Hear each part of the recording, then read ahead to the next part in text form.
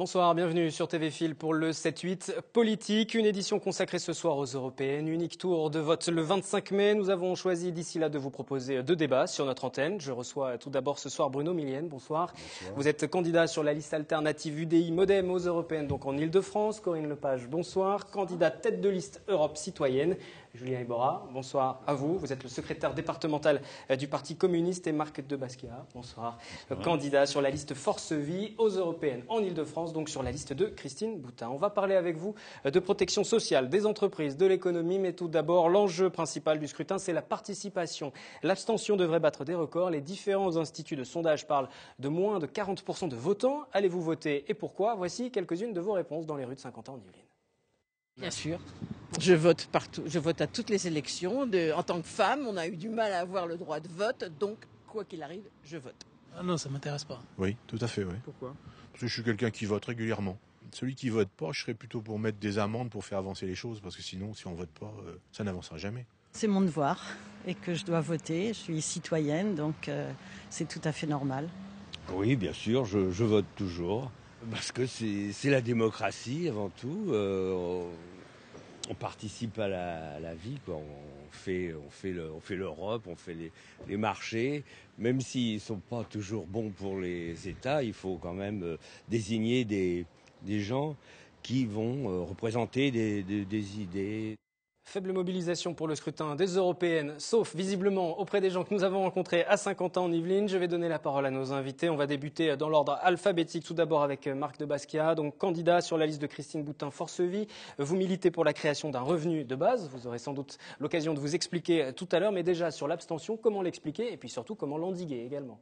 Si vous voulez, Force Vie, déjà, il faut déjà l'indiquer, c'est un label indépendant de tout parti politique. Donc c'est l'expression de citoyens qui se rassemblent autour d'une charte. La charte qui est d'ailleurs disponible sur le site forcevie.eu. Et donc, c'est vraiment l'expression de citoyens qui sont peut-être un peu en attente par rapport au monde politique et qui sont peut-être l'exemple de ce qui se voit dans la population, de personnes qui se disent, tiens, le monde politique, on ne le comprend pas très bien, donc peut-être qu'il faut s'investir nous-mêmes pour y répondre. Ce serait une réponse à l'abstention, peut-être permettre d'amener les gens qui ne votent plus. Parce que le label Force Vie, c'est un peu un exemple. Comment expliquer cette abstention? Comment inverser la tendance? La campagne est très courte. Julien Iborra, vous n'êtes pas directement candidat. Je rappelle que vous représentez ce soir le Front de gauche, secrétaire dans les Yvelines du Parti communiste. Sur l'abstention. L'abstention, ici même, je crois, il n'y a pas si longtemps que ça, au soir du premier tour des élections municipales, je disais encore une fois que l'abstention augmentait et je disais, attention aux européennes, ça risque une fois de plus d'être très important. Et là, tous les sondages d'opinion confirment, ça va être effectivement très important. Pourquoi? Il y a deux choses. Il y a une chose qui est structurelle, c'est que les élections européennes, depuis des années, c'est celle où il y a le plus d'abstention, massivement. Déjà, la dernière fois, on battait un record, la fois d'avant encore. Parce que l'Europe, c'est loin. Parce que l'Europe, ça semble loin. Et pourtant, ça impacte directement notre vie de tous les jours. Et pourtant, quand on discute avec les gens, on est des militants autour de la table, et on dit oui, mais c'est loin, de toute façon, c'est au-delà de nous, ça nous concerne pas, etc. Donc ça, c'est la première chose. La deuxième chose, il y a une chose conjoncturelle. C'est qu'aujourd'hui, les gens ne croient plus en la politique. Ils ne croient plus en la politique. Je pense notamment à un électorat qui me concerne particulièrement ce soir, c'est l'électorat de gauche, qui a un sentiment de déception, voire de trahison quand on voit la politique du gouvernement depuis 2 ans maintenant, quasiment jour pour jour. Et donc, il fait dire que la gauche, la droite, finalement, c'est pareil, ils n'ont pas de solution à nos problèmes.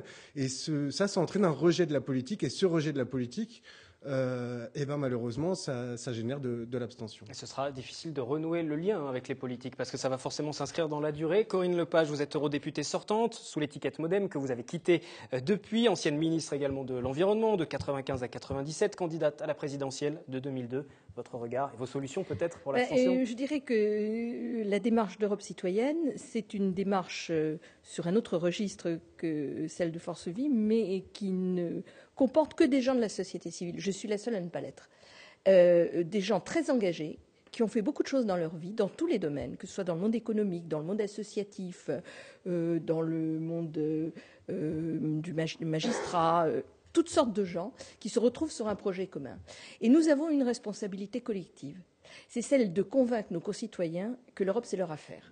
C'est vrai que l'Europe, ça paraît quelque chose de loin. Mais moi, qui y ai travaillé pendant 5 ans, je peux vous dire que à la commission à laquelle j'appartenais, qui était la commission santé-environnement, nous n'avons pas cessé de traiter des questions de la vie quotidienne des gens, que ce soit l'alimentation, que ce soit les médicaments, que ce soit les voitures, que ce soit la santé. Tout cela, c'est la vie quotidienne. Et donc, notre travail et votre travail à vous, médias, c'est... Là ce soir pour, je vous en pour passer remercie. le message. C'est d'expliquer ce dont on s'occupe. D'expliquer qu'un député européen, ça peut ne rien faire du tout, on sait qu'il y en a, et puis ça peut être quelque chose de très utile, parce que ça défend convenablement les gens. J'ajouterais qu'à force de dire que l'abstention va être énorme, elle finira effectivement par l'être. Je crois qu'il faut arrêter ce cercle vicieux qui consiste à dire aux gens, de toute façon, ce n'est pas la peine de vous déplacer, puisque personne ne va se déplacer, donc tout le monde va s'abstenir, donc faites comme les autres et abstenez-vous. Eh bien non, l'Europe, ça vous intéresse, vous n'êtes peut-être pas content de la manière dont ça se passe, eh bien dites-le et choisissez effectivement des listes qui sont en dehors des circuits politiques traditionnels qui peuvent vous défendre convenablement. Bruno Millienne, vice-président du MoDem dans le département, vous n'êtes pas forcément totalement d'accord, j'imagine, avec ce qu'a On a- dit Corinne On Lepage. a quand même beaucoup de points communs avec Corinne, puisqu'elle a partagé l'aventure du MoDem avec nous, et puis qu'elle est toujours dans le même groupe parlementaire à l'ALDE, à l'Europe, avec nous. Non, pour l'abstention, écoutez, oui, c'est un état de fait. Je crois que Corinne a raison quand elle dit qu'il faut qu'on arrête d'en parler. Il faut que les gens prennent conscience d'une chose. Et c'est vrai, ça, peut-être, si on peut faire un reproche à l'Europe, en tout cas, c'est une communication un peu trop floue.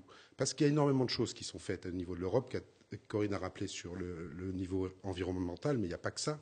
Il y a eu beaucoup de choses. Il y a plein d'autres sujets qui ont été abordés et qui ont été mis en place. Dernièrement, il y a l'union bancaire qui a été signée. C'est un plus énorme pour les citoyens, puisque ce n'est plus eux qui vont payer les faillites des banques. Les banques vont être obligées de se rassembler pour soutenir les banques qui font faillite, et c'est plus nous qui paierons. Toutes ces choses-là, malheureusement, on n'en entend pas parler. On n'entend parler que d'une chose, c'est que quand il y a une mesure qu'on fait passer en France et qui n'est pas populaire, on dit c'est pas nous, c'est l'Europe. Quand quelque chose est bien, on dit c'est nous. C'est tout à fait vrai. Mais c'est pas vrai. Il n'y a aucune décision qui est prise, que ce soit en France, que ce soit en Allemagne, que ce soit n'importe où. Aucune décision n'est prise au niveau de l'Europe sans que les gouvernements en place ne l'aient ratifiée. Il faut bien que les gens comprennent ça. Alors qu'attendent les gens, justement? Je vous interromps pour qu'ensuite il nous reste suffisamment de temps à chacun pour s'exprimer autour des besoins, des attentes des citoyens européens. Qu'attendent en tout cas les Yvelinois? Que représente l'Europe pour eux? Voici quelques réponses. L'Europe, c'est une opportunité. Ce que j'attends, un peu moins de paradis fiscal et puis un peu plus de croissance. Un continent qui regroupe vraiment tout, c'est-à-dire un mélange de cultures et puis un développement. Une force pour nous, une communauté économique avec l'euro. C'est également l'espace libre où c'est vrai qu'on peut aller en Espagne, en Italie, enfin tous les pays européens sans forcément passer par les douanes, etc. Donc libre-échange. Ce que j'attends de l'Europe, c'est qu'elle propose plus de choses, une parole commune déjà. Une union des pays, je sais pas, la monnaie plus facile. Et alors qu'attendez-vous de l'Union européenne? Qu'on se soutienne tous les uns aux autres. Les attentes des Yvelinois autour de l'Europe, l'avenir de l'Europe, vous aurez l'occasion de leur répondre au cours des prochaines minutes. On va commencer par parler de l'Europe sociale. Le sentiment fort, c'est celui d'une Europe qui abandonne les citoyens. Avant de vous passer la parole, juste l'infographie sur le temps de parole qui va s'afficher. On va donc commencer avec vous, Marc de Basquiat, puisque vous avez une trentaine de secondes de retard. Et cette question, comment protéger les citoyens? L'Europe aujourd'hui, c'est le méchant qui plane et qui fait payer plus d'impôts et qui prend des mauvaises décisions. Voilà. Je pense que c'est très dommage quand on voit que les politiques ont un discours qui consiste à dire, effectivement, comme vous le disiez très justement, c'est la faute à Bruxelles, c'est la faute à l'Europe, c'est la faute à on ne sait qui. Bon, il y a quelque chose qui n'est pas mature dans notre démocratie, c'est bien dommage. Et donc nous, ce que nous voulons, nous militons pour l'Europe des personnes. Nous disons qu'être européen, ce sont les personnes qui sont européennes. Donc chacun d'entre nous, tous auditeurs et tous, nous sommes tous des personnes, nous sommes tous européens. Et donc c'est vraiment ça notre souci. Et donc quand on parle de social, effectivement, nous militons pour une Europe sociale qui milite pour les droits sociaux des personnes. Et pour cela, un des points clés de notre programme, c'est donc un sujet que je porte plus particulièrement, c'est le partage de la richesse basé sur ce que nous appelons le revenu de base inconditionnel. Le revenu de base inconditionnel, c'est quoi? C'est de dire, finalement, dans une société, chaque personne a un droit à vivre. Et ce droit à vivre, c'est quelque chose qui est arrivé, parce que quand on est né petit bébé, on n'a pas discuté quoi que ce soit. Il y a pas un... Bon. Chacun a un droit à vivre. Et ce droit à vivre, il vaut pour les adultes, il vaut pour les enfants. Et donc nous proposons d'en faire vraiment une proposition très concrète, une proposition qui peut être mise en place dans chacun des pays. Nous travaillons avec des partenaires dans tous les pays européens, même dans d'autres pays dans le monde également, pour instaurer ce débat et mettre en œuvre ce revenu de base inconditionnel pour toutes les personnes. Ça, c'est un élément clé de notre dispositif. Ce revenu de base, ça doit forcément vous satisfaire, Jean Ibarra ? Après, chacun met les mots qu'il veut. Nous, on parle de salaire minimum européen, effectivement, à l'instar du SMIC en France, mais qui doit s'appliquer à l'ensemble des pays européens. Aujourd'hui, il faut savoir que dans certains pays d'Europe, donc l'Europe, la même entité, que nous, et il y a des gens qui vivent avec rien du tout, et ça, c'est quelque chose des travailleurs, et ça, c'est quelque chose d'insupportable. On voit les délocalisations ou en Roumanie, en Bulgarie, etc., où on voit des travailleurs qui travaillent pour presque rien, quasiment rien, alors qu'en France, on est capable en France d'avoir un salaire minimum. Il faut avoir un salaire minimum à l'échelle européenne. L'Allemagne a été capable de mettre en place un salaire minimum, donc il faut le mettre à l'échelle européenne. Il faut mettre la fin des politiques d'austérité qui appauvrissent aujourd'hui les peuples. C'est aussi ça, à un moment, les gens disent beaucoup, il faut plus de solidarité, il faut plus de solidarité. Solidarité, ça commence par arrêter les politiques d'austérité qui affament les peuples d'Europe. On voit un peu les conséquences en France, mais il faut aller voir ce qui se passe en Grèce notamment, qui est assez terrible. Et donc il faut que l'Europe soit un vrai bouclier social pour protéger les citoyens européens plutôt que de leur taper dessus pour sauver le système bancaire, par exemple. Corinne Lepage, je vous ai vu être plutôt d'accord avec ce qui était dit. Alors, je voudrais très rapidement aborder plusieurs sujets. L'Europe sociale est très insuffisante aujourd'hui. Nous avons eu une Europe beaucoup trop libérale, qui n'a pas suffisamment traité les questions sociales, et on le doit largement à la Commission Barroso. Premier point. Deuxième point, je partage votre souci, monsieur, d'un salaire minimum. Simplement, je suis réaliste. Et je pense qu'on ne peut pas le faire aujourd'hui à l'échelle des 28. C'est franchement pas possible. C'est la raison pour laquelle nous proposons ce que nous avons appelé cœur d'Europe, c'est-à-dire une locomotive pour l'Europe, de partir à une dizaine de pays, de niveaux de vie à peu près comparables, qui pourraient, dans les 5 ans qui viennent, avoir une harmonisation fiscale et sociale. Vous le proposez à l'échelle des 18. Je pense que ce n'est pas réaliste, parce que dans les 18, vous avez des gens comme l'Estonie ou comme la Pologne, vous n'arriverez jamais à avoir un salaire minimum équivalent en France et en Pologne. Forcément, ce sera différent. Il faudra 10 ans, 15 ans pour qu'on y arrive. Donc nous proposons une locomotive qui pourrait le tirer. Enfin, sur le troisième point, qui est la question du revenu minimum, nous proposons que cela s'applique aux jeunes. Je pense que nous sommes une génération qui se conduit extrêmement mal avec sa jeunesse, alors que la jeunesse, c'est le meilleur investissement qu'on puisse faire sur l'avenir. C'est la raison pour laquelle nous proposons de commencer avec un revenu minimum pour les jeunes 18 à 25 ans, qu'ils puissent entrer dans la vie et mener à bien leurs projets, quels qu'ils soient. Bruno Millienne. Peut-être une réponse à ce qui a été dit. Non, mais peu ou prou, on va un peu tous dans le même sens. Il y a un constat qui a été fait, c'est que l'Europe, jusqu'à maintenant, elle a plutôt été commerciale et qu'il est temps de faire une Europe politique, sociale. Il faut une convergence de la fiscalité, on en reparlera peut-être. Il faut aussi une convergence sociale importante parce qu'on ne peut pas continuer comme ça. Ça provoque du dumping social partout et ça crée des inégalités insupportables.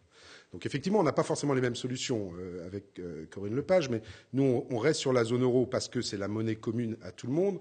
On peut aussi envisager un pourcentage du PIB, pays par pays. Enfin, il y a plein de solutions qui peuvent être étudiées et évoquées et étudiées, qui seront étudiées au Parlement européen. C'est pour ça que c'est important de voter. Mais il faut impérativement qu'on aille là-dedans. On ne peut pas continuer comme ça avec juste une Europe commerciale qui, aujourd'hui, finalement, ne s'est pas du tout occupée des individus. Il est temps qu'on redonne au peuple son appartenance européenne. On parle des peuples, mais les entreprises aussi, il faut protéger les entreprises. Est-ce que l'Europe peut protéger des entreprises qui sont installées sur des territoires comme en France? On a vu des difficultés encore récemment avec des entreprises qui sont rachetées. C'est une volonté politique. En Europe, on peut protéger les entreprises? Oui, il faut quand même avoir présent à l'esprit une chose simple. Nous sommes le premier PIB du monde, nous les Européens. Le premier. Bien devant les Chinois qui deviennent les premiers du monde. On dit les premiers du monde, c'est pas vrai, c'est nous. Sauf qu'on n'arrive pas à en faire quelque chose. Nous sommes le premier bassin de consommation du monde, en termes de consommation solvable. Nous avons donc un réel poids, sauf que nous n'avons aucune politique industrielle, aucune stratégie industrielle commune. C'est la raison pour laquelle nous proposons de faire pour l'industrie ce qu'on a fait pour l'agriculture, une PIC, comme on a eu une PAC, une politique industrielle commune qui permettrait en particulier dans le domaine de l'énergie et du numérique, qui sont aujourd'hui les domaines clés du XXIe siècle, de mener enfin une stratégie commune. Si nous l'avions, la question je cherche le nom de l'entreprise, d'Alstom, ne se poserait pas dans les termes dans lesquels elle se pose, et la constitution d'une grande entité avec une entreprise allemande, ou ça pourrait être une autre entreprise d'ailleurs, aurait été pensée à l'avance. Nous avons besoin à la fois de développer massivement nos PME, car c'est elles qui créent de l'emploi local, mais d'avoir de grands leaders mondiaux, parce que les grands marchés du monde, ce sont les leaders aujourd'hui qui les gagnent, et pas les autres. Marc de Basquiat, vous êtes en retard sur le temps de parole, sur les entreprises. Sur les entreprises, si vous voulez, effectivement, on peut parler effectivement du fait qu'on va essayer de faire avancer toute l'Europe. Bon. Je pense qu'il faut également que nous utilisions, nous, l'Europe, comme un benchmark. Excusez-moi pour ce mot, mais que nous regardions ce qui se passe dans les entreprises en Allemagne, en Angleterre ou ailleurs, et qu'on se dise, nous, en France, qu'est-ce que nous pouvons apprendre à partir de cela, et qu'est-ce que nous devons modifier dans nos règles de fonctionnement de nos entreprises, de manière à ce que la France, peut-être, se mette un peu justement dans la locomotive, et soit certain d'être dans la locomotive. Parce que quand j'entends parler de locomotive, c'est assez plaisant. On peut dire, tiens, numériquement, 10 pays, c'est une locomotive. Ce n'est pas le nombre qui fait la locomotive, c'est la dynamique. C'est des gens comparables. Et c'est surtout la dynamique. Et donc, si la France arrive à revenir dans une vraie locomotive en soi, derrière, on pourra peut-être faire des choses. Aujourd'hui, nous avons des gros doutes par rapport à ça. Je pense que la politique qui est menée depuis quelques années n'est pas aussi dynamique que nous le voudrions. Et donc là, il serait temps peut-être de nous agiter un peu pour que nous soyons vraiment dans la locomotive. Ce n'est pas le cas. Julien Bras. Dans la question, l'Europe peut-elle? L'Europe doit. C'est pas qu'elle peut, c'est qu'elle doit le faire. Et je vais rebondir sur ce que disait Madame Lepage. Effectivement, la politique industrielle aujourd'hui, c'est le moyen, c'est un des moyens, mais à mon sens, le moyen le plus important pour sortir de la crise. Regardons un département comme les Yvelines. On est dans les Yvelines, qui est le premier département industriel d'Île-de-France, comme l'industrie automobile, l'industrie aéronautique a perdu en nombre d'emplois et surtout en valeur produite. Et pourtant, c'est cette valeur produite qui construit la croissance dans un pays, et parce que ça a été délocalisé à droite, à gauche, etc. Aujourd'hui, on doit protéger, et au lieu de protéger, on doit réindustrialiser, je vais dire le terme. Il faut réindustrialiser notre département, il faut réindustrialiser la France, il faut réindustrialiser l'Europe. Et c'est à cette condition qu'on sortira de la crise, et pas en inventant des stratagèmes de bricolage financier à droite à gauche. Il faut de la production industrielle dans notre pays. Et l'Europe doit avoir une politique industrielle pour permettre ça. Bruno Millienne, si vous souhaitez réagir. Juste pour conclure, je pense que tout le monde est à peu près d'accord autour de la table. Après, il faut voir les moyens. Je pense qu'il y aura des différences sur les moyens à adopter. Mais évidemment qu'il faut une politique industrielle commune. Évidemment qu'il faut créer des géants de l'énergie européens. Évidemment qu'il faut créer des géants des nanotechnologies, des recherches et du développement de demain. Il faut qu'on soit présent là-dessus. On a quand même des secteurs en France qui sont numéro 1 mondiaux. On va prendre le luxe. Il ne faut pas non plus qu'on se flagelle trop. On a quand même de belles entreprises en France. Il faut qu'on réussisse ça au niveau européen en alliance avec nos partenaires. Aujourd'hui, on ne le fait pas et c'est dommageable. Je crois que dans la région de Grenoble, il y a une société française très, très poussée au niveau des nanotechnologies qui est en concurrence directe avec une société allemande. C'est ridicule. Le problème d'Alstom, on l'a évoqué tout à l'heure, c'est pas le fait que ce soit racheté par General Electric, à la limite, qui m'inquiète. General Electric est une belle société, mais tout notre savoir-faire, tous nos brevets vont partir ailleurs.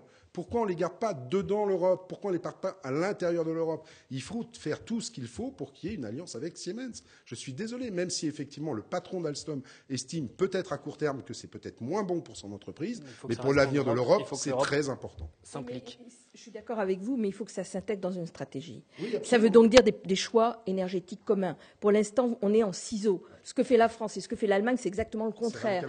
On ne fera jamais une Europe de l'énergie, une Europe industrielle, si on continue comme ça. Ce n'est pas possible. L'enjeu principal, finalement, c'est que l'Europe parle d'une seule et même voix aussi. Ce serait forcément le plus simple. Au milieu de toutes ces questions qu'on a abordées, se pose aussi la question de la sortie de l'Europe. Certains partis en parlent, sortir de l'Europe, sortir de l'euro. Qu'en pensez-vous? Et ensuite, les invités en débattront. Non.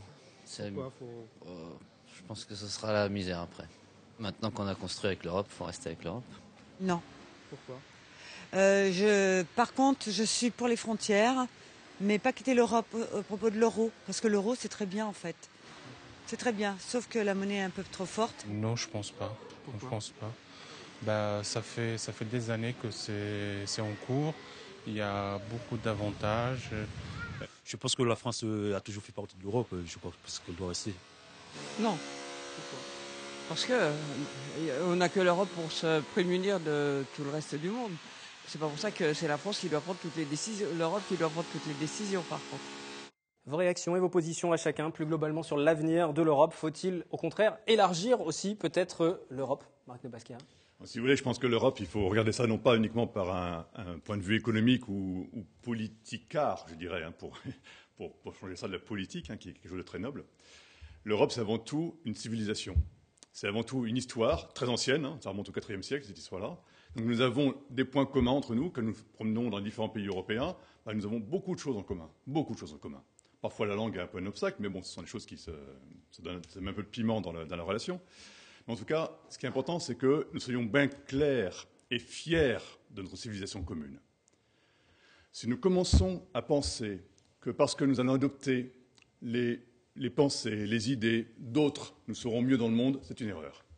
Bruno Millet, vous parlez de contrats d'association, vous ?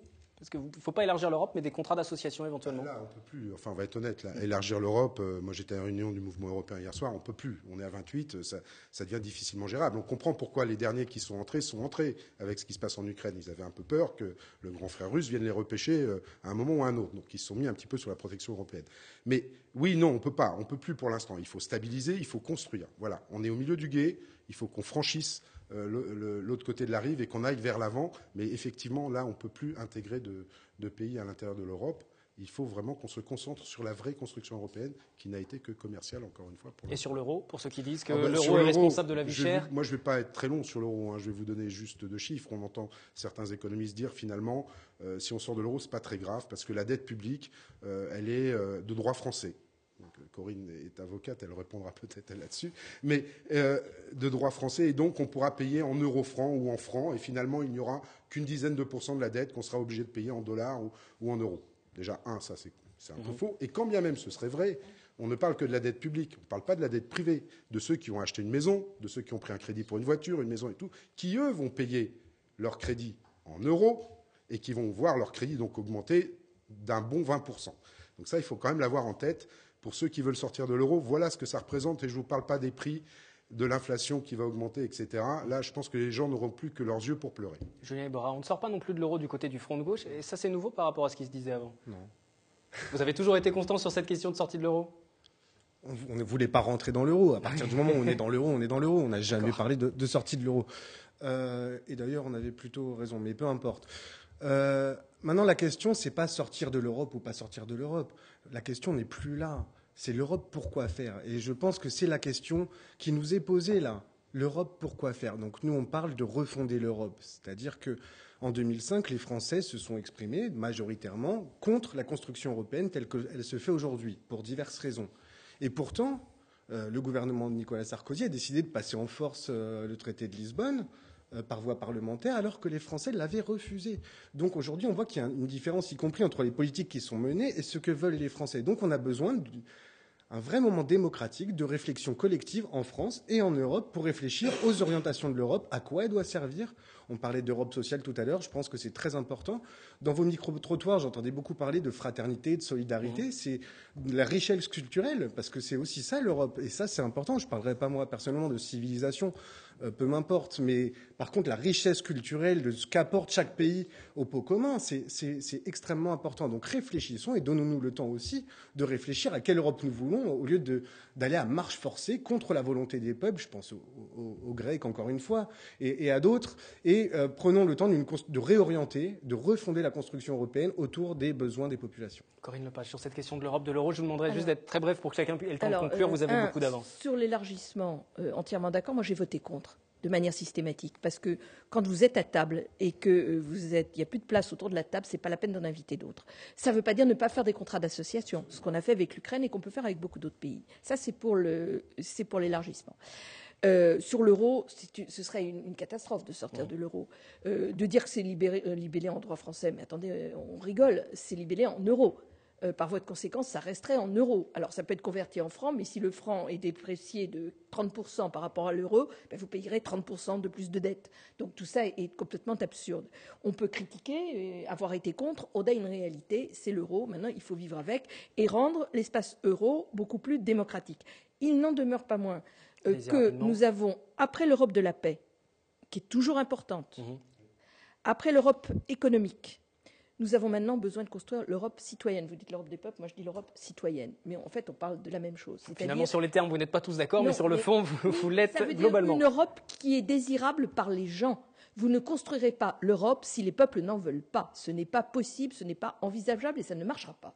Nous arrivons déjà à la fin de cette émission. On va passer à la conclusion de chacun. Mais voici déjà pour rappel les différentes listes qui participent au scrutin en Île-de-France qui vont s'afficher rapidement à l'écran. Il y a 31 listes qui se présentent en Île-de-France. Je rappelle que 15 postes sont à prendre dans la circonscription en Île-de-France, l'une des 8 que compte la France. En tout, la France qui enverra 74 députés au Parlement. On parlait tout à l'heure de l'abstention, on a parlé de l'économie ce soir, on a parlé de la protection sociale. Tout ça finalement en assez peu de temps. On aurait encore forcément besoin de beaucoup de temps pour parler de l'Europe. Mais je vais vous demander à chacun de conclure. Marc de Bastia, on va commencer avec vous. Vous êtes en retard sur le temps de parole. Vous aurez à peu près 1 minute. Pour les autres, ce sera une trentaine de secondes. Très bien. Si vous voulez, Force Vie, donc comme je le disais tout à l'heure, c'est une assemblée de personnes qui partagent des valeurs communes. Et ces valeurs communes sont c'est le souci des personnes. Et quand nous parlons d'Europe, pour nous, c'est vraiment l'Europe des personnes. Et donc, il est important que nous soyons clairs sur la fierté d'appartenance de chacun dans cette construction. Et cette fierté d'appartenance, elle ne se fera pas en reniant son passé. Et ça, je pense que c'est un point important. L'Europe que nous sommes en train d'inventer ensemble, c'est une Europe qui est enracinée, et c'est cela que nous voulons développer. Corinne Lepage.